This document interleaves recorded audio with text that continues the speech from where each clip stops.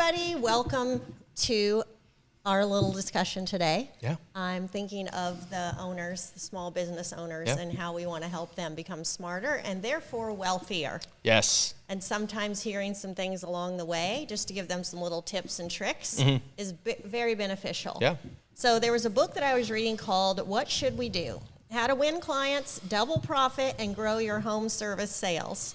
And I put it on the Facebook for the franchisees because the thought process in the very first chapter is something that'll give you a paradigm shift. So the way you think of selling, the way you think of yourself selling in your business, I thought was amazing. And then as the book went on, it talked about, like 6 options to give to your customer, what to say, how to respond to them. And you do sales, so I thought we could get some input from you. Ask you a few questions that would probably help the listeners. Definitely. So I read this book and I thought of Lee, and there's so many people that we listen to, but can you tell me about your journey through sales and your current role?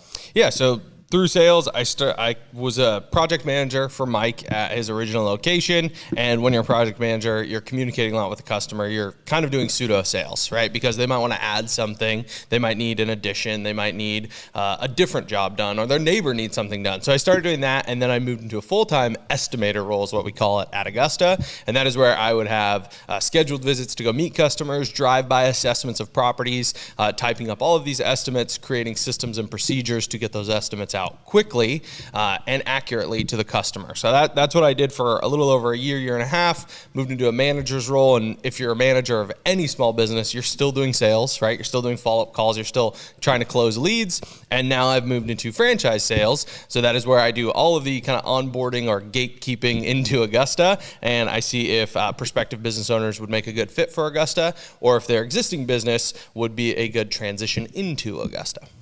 And so today, what do you sell? Augusta Lawn Care franchises. Whole other ball game. So a 10-year relationship. Yeah, no kidding. It's a marriage, people. Yeah. But it's good.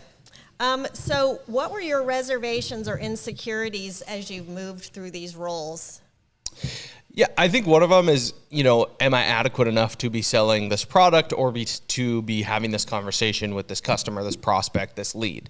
And that's something that really you can either get over with a couple of different things. Number one, just self-confidence. So if you're a very confident person, that's why sales, it's a lot of outgoing extrovert types because they're very confident. That's great. But I like option number 2, and that is being an expert. So there's this phrase that I really like in sales. It's called position yourself as the expert. If you can position yourself as the expert to your prospect, to your lead, they're going to trust you. They're not going to trust you because you use slick sales terms or because you're fancy or because you're confident. They're going to trust you if they know that you're the expert. You have to realize, anytime someone calls your business or reaches out to you, they are saying, I need help. That is effectively what they're saying. And who do you want help from when you need help? An expert. Right. So what you want to do is position yourself as the expert. So I was insecure in the fact that I didn't feel like I had expertise in the lawn care landscape industry. Moving into a franchise sales role, I didn't feel like I was a business expert by any means, but you have to take the time to learn those skills, take online courses, go to seminars, whatever it may be, to gain the skills to then be an expert. Those who have known you, and you're very charismatic, you express yourself very well, you're very eloquent. Thank you. Some people wonder, or they could use the excuse, Lee is like that. He's just easy. He could sell anything. He's just good at what he does, okay? Thank you. And that's what they could think about you. The first time we were doing some phone training, we had this really small building, our little outhouse, and it was very dirty in the office because we all worked outside in the dirt. Yep. And we started doing some phone training, and we would each split up. So we'd have people outside and then inside answering the call, listening, and then the person outside was the salesperson, then they were the customer. So one by one, we were all going. We were putting Lee on this. He was brand new at Augusta. And I don't know why we were throwing you in on sale or into the calls. I know why. You had a couple of office assistants, but one of them was part-time and one of them was full-time, but then needed Fridays off. So we needed someone to fill that Friday gap. And Mike was like, let's try Lee. Yes. So it was for a one-day role, and then it turned into extended. More than that. Okay. So we sent Lee out of the office and he had come from school, very Yep. educated, Okay. but we didn't know about his past and all of this stuff. So Leah's outside, and we called him, and we're all gathered around the phone here to listen to him on speaker, and he blew us out of the park. We hear this voice, and he's so eloquent, and he's so salesy, and he's, oh my goodness. When he came back in the office, we all just started cheering and clapping because we had no idea that was in there. And basically, I'm like, he could be teaching us how to talk on the phone. It was embarrassing then, it's embarrassing now. Get to the point. Let's get to the point here. So people's question would be, I don't have what Lee had. Okay. How do I get good at sales? It's a numbers game.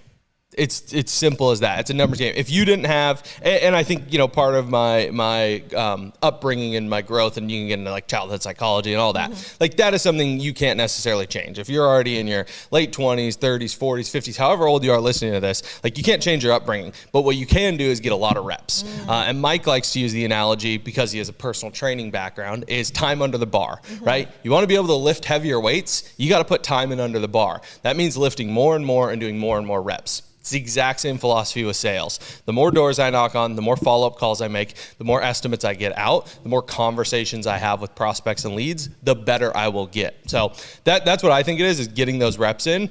And if you're a young person and you're still in high school, college, whoever you may be, get involved in groups that allow public speaking, debate teams, things of that nature. So I did things like that in high school, and I think that potentially put me ahead of the curve because I already had experience speaking to adults, speaking in rooms of people watching me with a microphone in front of my face, doing things like debate and speeches and things of that nature. So get that exposure early if you can. Yeah, so anybody who would wonder about that, somebody like me who didn't have any business background, when the guys would come in the morning to even talk about their routes or anything, I would be shaking.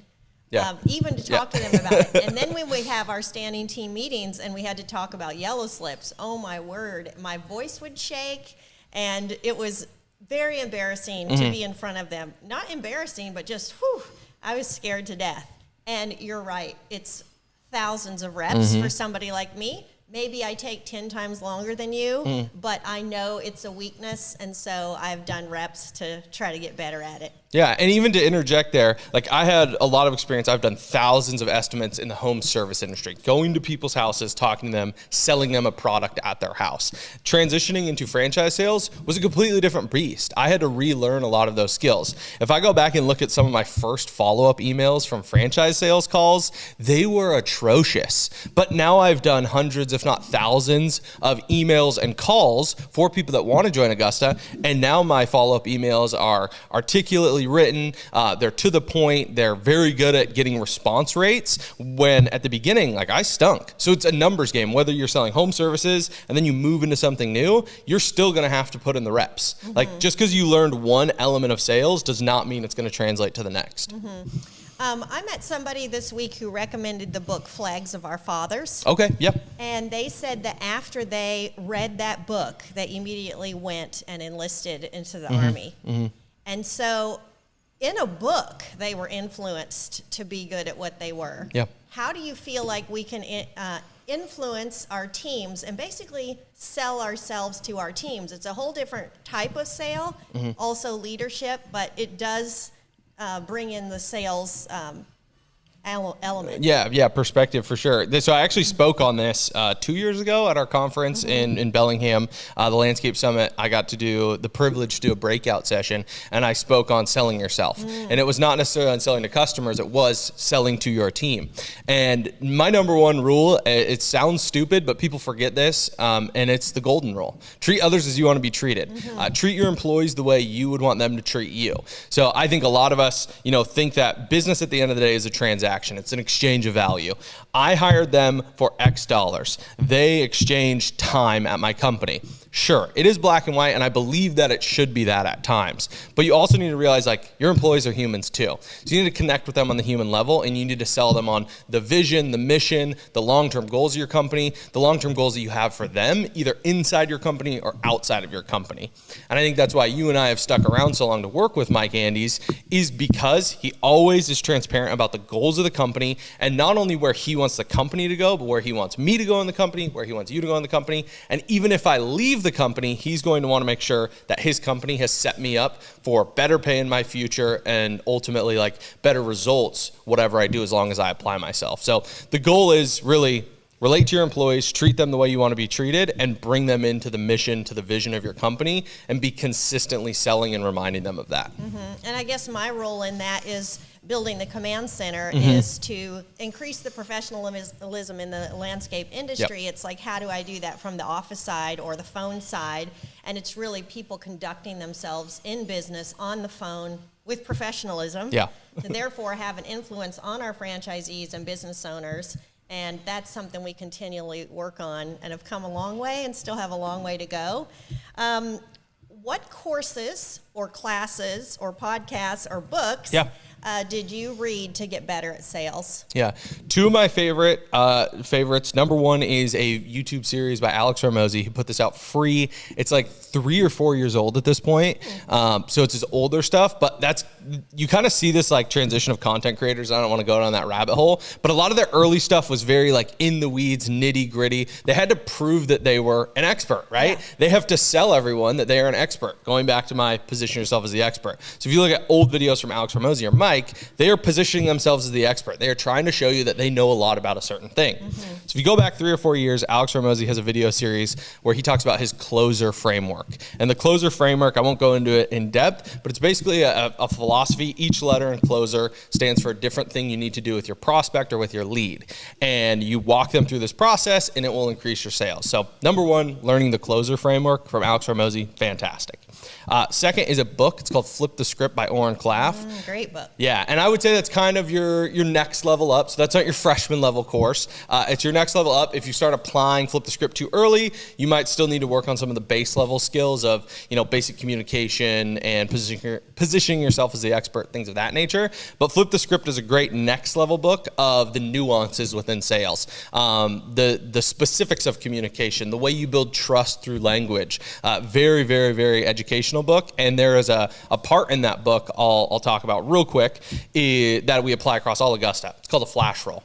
When you're done meeting with your lead or with your prospect, you need to let them know exactly what's going to happen next, because they now view you as an expert, right? How many of your customers talk to other providers? Probably a good amount. Well, how many of those conversations end where they know nothing about the next steps? Probably the majority. Yeah. So what you need to do is what Oren Klaff calls a flash roll, where you tell them the next 3 to 5 steps that are going to happen in the sales process. Without selling them, you're just building confidence that you know what you're doing and that they're taken care of. That's really good. Yeah. I've always loved that you use that one and you train that one to Marcus and the others. Yeah, that's a great book. And you might ask, like, why Liz isn't out selling. I'm not on customers' properties, but I would still read a book like that. Totally. Why? And it's because you would use it on your kids. Yeah. Flipping the script, changing your sales process. Yeah. Trying to get your kids to buy what you're trying to hand over to them. And with anybody in life, you will use these sales tactics, and you know when they're being used on you. Yes, 100% of the time. And Lee is a salesman, and he does this all the time. Yeah, but like even on like when you flip it, if someone did a flash roll to me, it would give me that much more confidence. Because one, not only are they talking to me in a way that is professional and a way I can understand, but they're also showing me that they know what they're doing, right? If someone ends a conversation with me and they're like, okay, yeah, I'll get back to you. Great. Everybody says that in sales and in business. But if you say, here's how I'm going to get back to you, here's what you're going to do, here's what my team's going to do, and in 1 week we're going to do X, like I'm instantly more bought in because you just know what you're doing. In every single sales book I've ever read, they talk about a husband or a wife being there. Yeah. And every time they say, I've got to talk to my husband or I've got to talk to my wife. And a lot of times they say you're going to lose the sale. in our service industries for blue collar workers, that's going to happen a lot. Both people are working. Yep. One of them is trying to get home in time for the estimate. How are we supposed to handle that? It's almost like we'd be like, yeah, okay, that's what it is. Would you demand almost, or like stop the whole meeting to make sure that you were going to have both of them there? Once you answer that, I'll tell you where that goes very wrong. Yeah. I feel like this is a loaded question, but I do not push when people use the spousal excuse in sales. Now, if you look up sales books or sales training, there are millions of different ways to get around this. Well, your spouse trusts you, correct? Yes. Well, then they probably trust you with the finances of the home, right? Yes. Okay. So what would the worst thing be if you said yes to this job today? Like, sure, you could use that tactic, and sure, it probably has success. I personally do like to get spouses on the same page, especially now selling a 10-year contract to join Augusta. Yes. I'm going to make sure spouses are on the same kidding. page. I'm not going to use those word salads, if you will. But in like direct sales, home service sales, car sales, they're going to use those tactics. I don't think there's anything wrong with it, but I do personally believe you should try to get the spouses on the same page. Or what I did when that was an excuse for my sales process was, great, let me send you a couple options. Option A is everything you and I talked about. Option B is going to be something that you said maybe my wife wants. You let me know which one you want. Either way, you just let me know and we'll get you on the schedule. So you're already kind of getting past the objection of the spouse by giving them options. If your spouse is going to object to A, I'm going to give you B too. So you just tell me which one you want and I'll put you on the schedule. And that totally gets around the spouse. You don't throw them under the bus. You don't play any word salad games. You just say, hey, I'm on your team, A or B. You just let me know. Yeah. Grant Cardone, they're always trying to sell their courses and everything and coming to their events for, let's do a sale for $3,000. It's $50,000, but all of a sudden today it's $3,000. Devalues the product. That's a whole another subject. But man, they're so pushy when it comes to getting the spouse on board. They have a ton of questions like that to bring it back around till they were purchased, almost to the terrible guilt. But Alex talks about the fitness industry and losing weight. So like somebody will come and they have 50 pounds to lose and they're like, I got to talk to my partner or whatever. And he's like, do you want to keep being married to the person? Don't you think they want you to lose weight and look better? Well, yeah, I suppose. So sometimes we get guilted into it, but I think that one would work pretty well. There's a balance to everything. I would say so. I think I believe in moral sales, and I think there are immoral salespeople that are going to try to use sales tricks that give salespeople a bad name. If you would have asked me 10 years ago, before I ever met Mike Andes, before I ever joined Augusta, Lee, what's one job you don't want? I would say full-time sales. Guess what I've been doing for 3 years now? Full-time sales. But I believe in the product that I'm selling, and we do it in a moral way. We're not trying to trick people. We don't hide fees. We don't sell this like pseudo subscription model that all of a sudden jumps in price. Like, we're very transparent, and that's why I like selling. I think that's the most important thing. If someone is adamant they want to talk to their spouse, like, maybe just be quiet and say, I respect that. Let me give you option A and B. You should be on the same page as your spouse, because when my team comes, we want to make sure we are taking care of not only you, but your spouse and your family and all your neighbors who see the product we're going to install. So 2 examples that I would give for blue collar workers where they're coming in to do some sort of service and they meet one or the other of the partner. So tell me about a time when it's gone completely wrong. Like, you've had a full conversation, you've designed a full landscape project, and you are there in the middle of it. Husband shows up and he's like, I didn't say that we were going to do that. Oh my God, she paid down, this deposit for half of it. What? And now we got to pay that other half again. I sure wouldn't want the walkway that way, and I definitely wouldn't use those kind of stones. What do you do in a case like that? In that case, what you want to do is just really approach it head on and be solution oriented. So this is a really important, this is more of a conflict resolution tool, but it's also a sales tool. You have to realize that the person who's upset, so in this case, the husband comes home, he does not like the job you're doing. Great. You're over here. The problem is not the husband doesn't like the job. The problem is the job. So now you and the husband are on a team trying to solve the problem that is the job. So that's number one. Always remember that. Don't get mad at them because they're upset. You can align with them to say, okay, you're upset about the job. You and I need to work together to make sure that we solve the problem that is the job. And that's when then you start giving them options. You can, number one, you don't want to do this, but the easiest option is leave the job site. Like, hey, we can leave the job site, we'll just charge you for what we did, and then we can come to a conclusion. Number two is create a work order change, right? Well, okay, what's going to make you happy? We're halfway through. We can remove a few things and restart, not going to cost a ton of extra. If it is, we'll provide you a work order change with the change to the final price. And then option number three is you can scrap the whole thing and charge them a lot more money. Option three is going to be pretty hard because they've already put money down. They're probably not going to want to pay a substantial amount more. So I opt for option two. It's like, hey, what can we do to make you satisfied, finish this out, but maybe make some changes? Mm-hmm. Yeah. But what if you've ordered 30 yards of Oh, yeah. soil, you've ordered 30 yards of bark, you ordered the blocks, and tomorrow all the sod is going to be delivered. Mm-hmm. You've already paid for this stuff. So, and then what happens is the wife then gets yelled at by her husband, and she sides with him. Mm-hmm. And then together, they are now against you. Yes. What do you do then?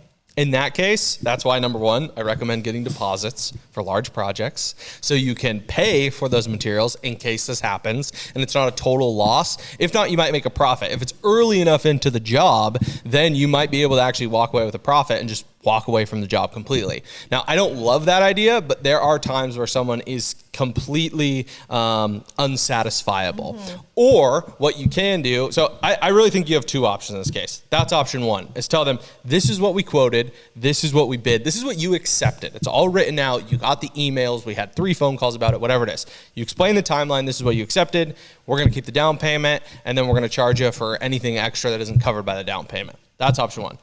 Option two, and I've done this once before, is you just get on the phone with them or you go to their house and you say, look, Mr. Johnson, we are working on this together and I just want to make you happy. What is going to make you happy? My crew isn't happy, you're not happy, my suppliers aren't happy because I'm telling them I might not need the supplies anymore. No one's happy, but you're my customer. What can I do to make you happy? And then you just shut up. Make it go away. That's what they're going to say. You just be quiet. You just be quiet and listen. And if they go unhinged, like, make it go away, this is the worst, your company's the worst, great, cool. Here's your invoice for anything that wasn't covered by the down payment. I'm pulling my guys off the job site. Most people, I like to believe, are still reasonable and will be like, okay, well, I'm just not happy with X. Great.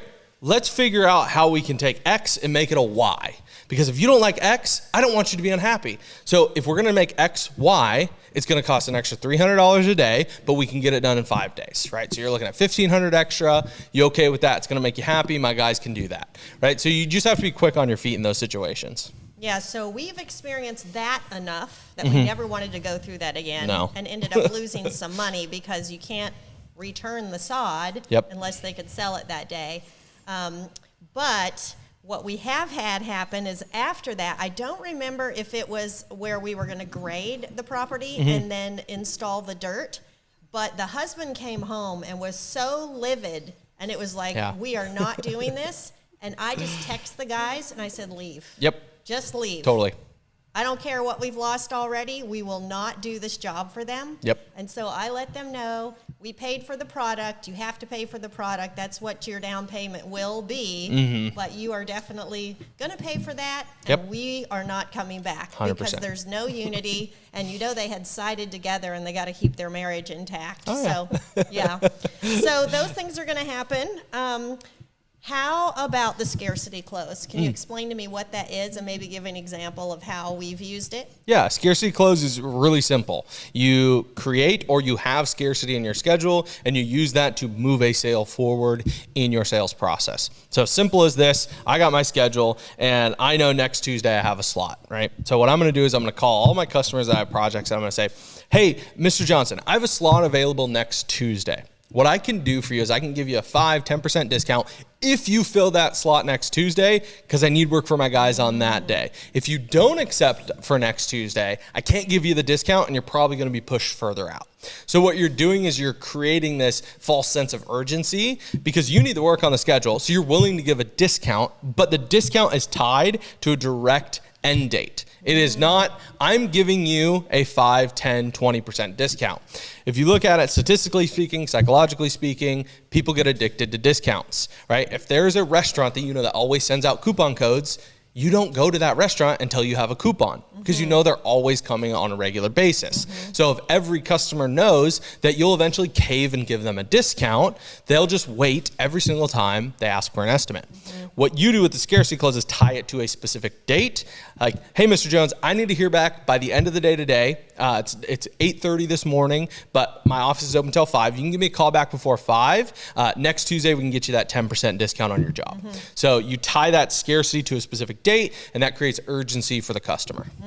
But if they are seeing a hole in your schedule this week, they could have the thought, well, you guys might not be very good. There's maybe not people wanting to do service with you.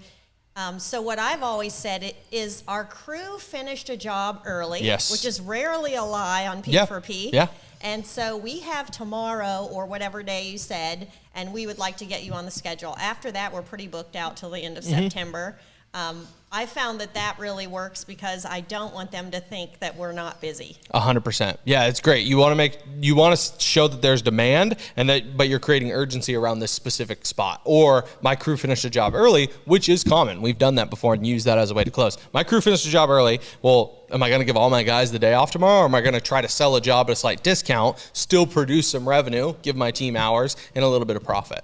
If you wanted to sell recurring service, would you bid a price that on every recurring service after that they got the discount, or would you offer something up front that you would never have to discount again? Like say, and something cheaper, like if they accepted recurring service, they would get a free aeration, which basically takes the same time as it does to mow a lawn. It's not like thatching or anything. Totally.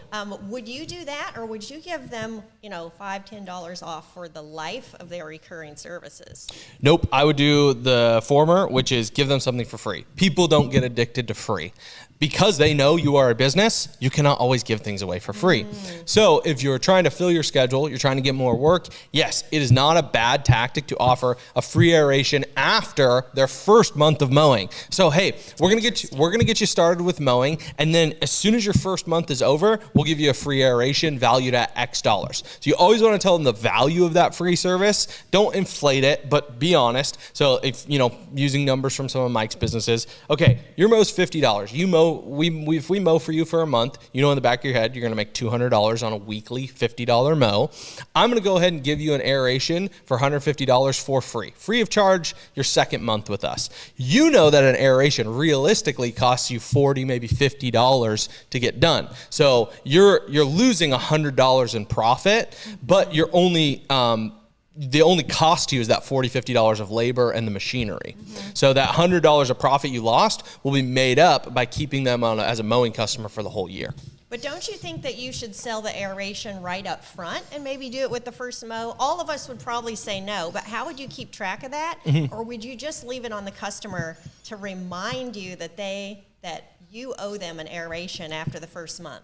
No, if I'm offering something for free and they say yes to it, I am going to honor that. I'm not going to expect them to remind me or anything like that. I'm going to put it on the schedule. Now, if they do one mow and cancel and ask for a free aeration, no. The stipulation was, you have to go with us for a month, then I'm giving it to you for free. Now, to zoom out or step back, if you will, you have to look at what are you optimizing for in your business. Are you optimizing for growth or profit? Well, if you're in growth mode, you're going to give out a lot of discounts. You're going to give a lot of free items because you just want to grow the business. If I'm in profit mode and that person, is like, well, I want my free aeration after 2 mows, I'm like, sorry. Like, I'm in profit mode. Like, I'm not giving you a free aeration after 2 mows. I have my rules, my guidelines. I'm sticking to it.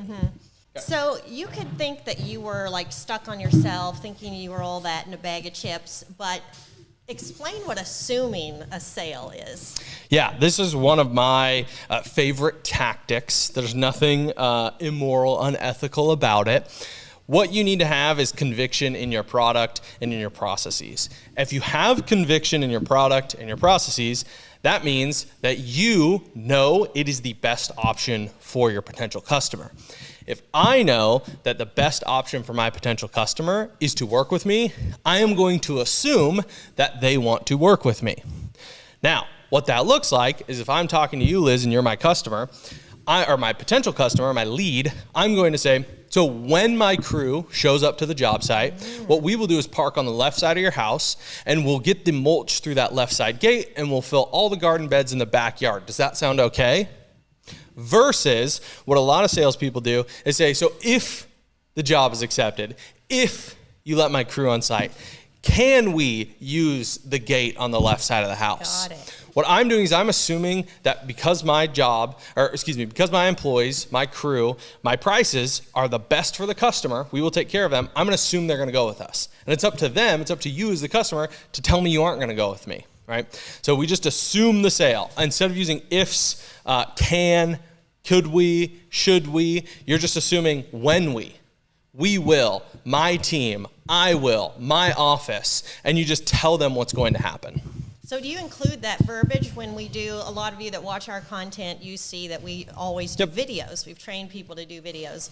What are you saying when you make that video? Because some of the people that we've taught this actually do it so that the customer's going to see it and their crew. So what do you say then? You're talking about project management videos? Yeah. Yeah. So if I'm videoing the customer's property, I'm still basically just assuming that we're doing the job. So I'm not telling the guys, hey, if we do this, if that, if this or that or the other. I'm just saying when we come to this property, we're going to do X, Y, and Z product. We're going to install here. We're going to trim this bush. We're going to cut out part of the yard here. You just assume that this is what's going to happen, whether it's your crew or the customer. Good one. Yeah. Okay, so I just have a few more points that I want to make sure we cover. Positioning yourself for the sale, and position yourself as the expert. You already talked about that. But what about body language and verbiage? How do you stand? How do you conduct yourself? Yeah. So if you're in home services and you're visiting people at their home, right? They have invited you into what is probably their most secure, their safe place, their kind of sanctuary, if you will, right? A lot of people treat their home that way, and you've been invited into that. So number one, obviously be respectful. But number two, this is one of my least favorite things with salespeople. If someone is excited, right? And they say like, oh, if you're in home renovations or landscaping, let's call it landscaping because that's the industry I know best. Someone says, hey, I just got a bonus at work and I want to rip out the whole back lawn and redo the whole thing. And they are pumped and you're just like, okay, yeah, our team can do that. Like, you should not do sales. So I truly believe in what's called body mirroring or matching someone's energy. They're telling you, I am excited to spend money and give it to you. If I said, hey, here's $100, Liz, you'd probably get a little bit excited. That's what your customer's saying to you. So if they're thrilled to do a renovation inside their home, a landscape renovation, whatever it is, get Christmas lights installed. Like, get excited with them. I hate when salespeople don't match that energy. They are literally saying, I want to give you money. So match their level. But it's also the flip side. If it's a negative experience, right? Like something bad happened, or maybe this is very common in home services, it's their parents' home, right? It's the elderly parents' home. So it might be a more somber experience. Don't come in super high energy. No kidding. And don't be super salesy, and don't steamroll them and be annoying and tell them all the great things about your company. You want to express empathy, say like, hey, I'm really sorry that this is your mom's house, Liz, but you know what I'm going to do? My team's all certified. We're all background checked. And because this is your mom's house, we're the best company to take care of you because you know you can trust my guys, you can trust me, and we're going to make sure you never have to worry about this property anymore. Is that okay? We can take care of you. Wow. Right? So what I'm doing is I'm expressing empathy, but I'm selling in a completely different way. So always match the customer's energy. I always believe in using like the same language they use, matching their tone, matching body language. If they're really animated, get animated. If they point at something in their house, outside of their house, I'm pointing too. It's confirmation, right? You say, can you trim that bush? And I'm like, that bush over there? Yes, I can trim that bush. So you just want to match that. It's not like a dirty sales tactic. I'm just giving them what they want. In this book that I'm reading, they talk about using industry-specific language that confuses the customer. And so it was an HVAC company, and they went down to look at everything, and they come back up, and they're like, well, we need to order this piece, this piece, this piece, where it connects here, and all this. And the person who was training them is like, they have no clue what you just said, and they shut down. So how do you position yourself as an expert without using terms that are too confusing? 100%. It's a fine line to walk. What you want to do, and this is kind of another Mike Andes, Alex Hormozy-ism, if you will, speak like a fifth grader. Quite literally. Speak in very simple terms, but when the opportunity presents itself to position yourself as the expert, I see. that's when you can do it. So one thing that's very common, and this is what I did a lot when I was doing direct sales to homeowners, we have a plant called the Japanese dwarf maple in the Northwest that a lot of people have. It's a very beautiful plant, right? A lot of customers don't know what it is. They don't know how to trim it. They just know it's pretty.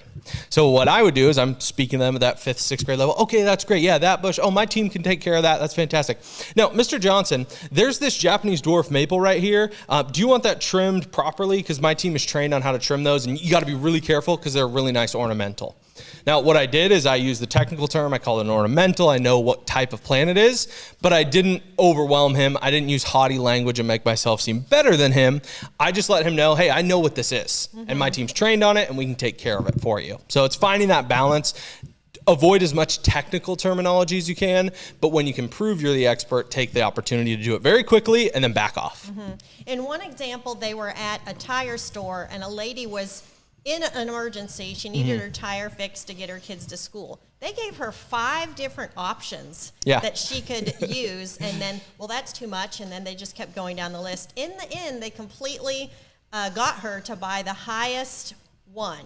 But in some of our businesses, we think there's no way I could give those kind of levels for the customer to accept. So what about in the lawn care industry? What kind of services could we do and add to that specific service to give them a higher level? Like, for instance, one that I would think of was if you gave them an option for installing their soil and leveling it. And then I remember that we would give a seed one, which was not as expensive. And then we'd give hydro seeding, which would be next. And then we'd give sod, which was the most expensive. And we give them a price, including the first thing. But then one of the others were choices. That's one of the only ones I could think of. Do you have any others? That's a very common one in our industry if you're doing more like landscape design and install. I just always recommend if a customer reached out to you, like you don't go to a restaurant and expect them to just tell you what 1 or 2 items are on the menu. Or most of us don't go into a restaurant, even if you love hamburgers. And hamburgers are your favorite food. I highly doubt when you go to a new restaurant, you don't open the menu because you're like, nope, I'm just gonna order a hamburger. You're gonna look at the whole menu. You might as well. You're at a new restaurant, you might as well look it over. So I recommend always give every option or piece or part of service that has come up organically in the conversation with the customer or isn't going to overwhelm them. Now, if I have a conversation with a customer and they're like, oh yeah, I just want mowing and a property cleanup. Fantastic. I'm going to give them the quote for mowing. I'm going to give them the quote for the property cleanup. Then I'm going to give them an optional quote for mulch because I saw that their mulch was a little thin. Then I might give them an optional fall cleanup bid. Hey, it's kind of late summer. Leaves are going to start falling. Here's a bid for the fall cleanup. I'm not going to give them a whole backyard design and renovation. That didn't come organically. That's not what they asked for. But I am going to tack on a few extra items because the worst thing that happens is they say no. That's the worst. The best thing that happens is they accept everything and you made extra money doing no extra work. I have to interject something that's so funny. Yes, please do. You and Mike, you always crack me up because you're into sales. Yeah. And you're very animated. Oh, yeah. And you guys really get going. And they talk about normal things, very normal, average people like me things. But they're very, very animated. Yes. And this is a really big deal. Yes. It is. This and that and A and B. It's very annoying when you're trying to have a normal conversation and they're both so animated. Yeah. I talked to Mike yesterday and I'm like, we are just talking about details of the conference. Can you just not be so intense? Because it's just average You got to stuff. bring the energy. You just got to bring it. Sometimes you just got to tone it down and mirror my calmness. Yeah, I mean, yesterday we had a meeting. Mike was 2 feet away from me, and he hit me twice because of how animated he is. he was right here, and he was just like, and this, and this, and this. So I was like, okay. I think he was excited about that software. Yes, he was. And he's like, isn't that the greatest thing, Liz? Like, He it was was like pretty bent awesome. over, like keeled over. He was, yeah. What a guy. So we're going to wrap things up. Perfect. I would love for you to just share with people to encourage them a little bit. Maybe the owner has no choice. Yeah. But if they're going to make this work, they've got to be a salesman. Yeah. My biggest piece of advice, I already kind of alluded to it at the beginning, try not to animate here, is it's just a numbers game. Quite literally, that is it. Sales is a numbers game. You have to get used to people saying no to you. And you have to realize, like, if I'm trying to get my business to grow, I need to do everything in my power that is ethical and moral to get sales. I don't care what it is. It is not inappropriate to call someone 5-6 days in a row. You did them the service of showing up to their property and giving them an estimate. That they asked for. They asked you to take your time to give them a price on something. The least thing they can do for you in return is give you a 3-word answer or a 2-word answer, or 3-letter answer or a 2-letter answer. Yes or no. Ideally, you get the 3-letter, right? But they owe that to you. In my honest opinion, they owe that to you. As the consumer, they asked you to do something. They owe you either a 3-letter word or a 2-letter word, yes or no. So do not feel bad giving follow-up calls until you get that yes or no. When you look at a lot of CRMs and softwares in our industry, it's actually very surprising. You look at all the estimates that companies send out, and you'll see like 40 to 50% close ratio. So 40 to 50% of their estimates have been accepted. Great. 20 to 30 say no. And then the rest just say no response, right? Or draft, because the customer never even responded. Now, are the majority of those no? Maybe, but you don't know until you get the answer. Would you rather have a 50% close ratio or 55% close ratio and actually get answers on those 20 to 30% that never responded to you? So don't feel bad being persistent. Don't feel bad going back to the customer's house. This is one thing that I did, especially when we relied on work. If I'm in an estimate in a neighborhood where I did an estimate last week, I'm just going to pop back over to that house and I'm just going to say, hey, Mr. Jones, I'm literally in the neighborhood. I just talked to Mr. Smith down the road and I want to check in. You got the estimate right. Do you want me to look around the property anymore? Was there anything I need to amend? I'm here. Let me help you. So don't feel bad doing that. Follow up, knock on doors, give those follow-up calls, do emails, use the scarcity close. Don't feel bad about it. It is a numbers game. Just keep going. Just keep going. And a whole nother topic that we can do for another time is actually cold calling, which is a whole other ball game. Oh, yeah. But you can just rest in the fact that these people asked for it, and so it's okay for you to be a little bit, I won't use the word pushy, but you just want an answer. To sell your thing. You just want an answer. Yeah. So remember, people, we sell ourselves. We sell our product. Got to believe in our product. And I hope it's been a little bit helpful today to listen to an expert talk about sales. Thanks, everyone.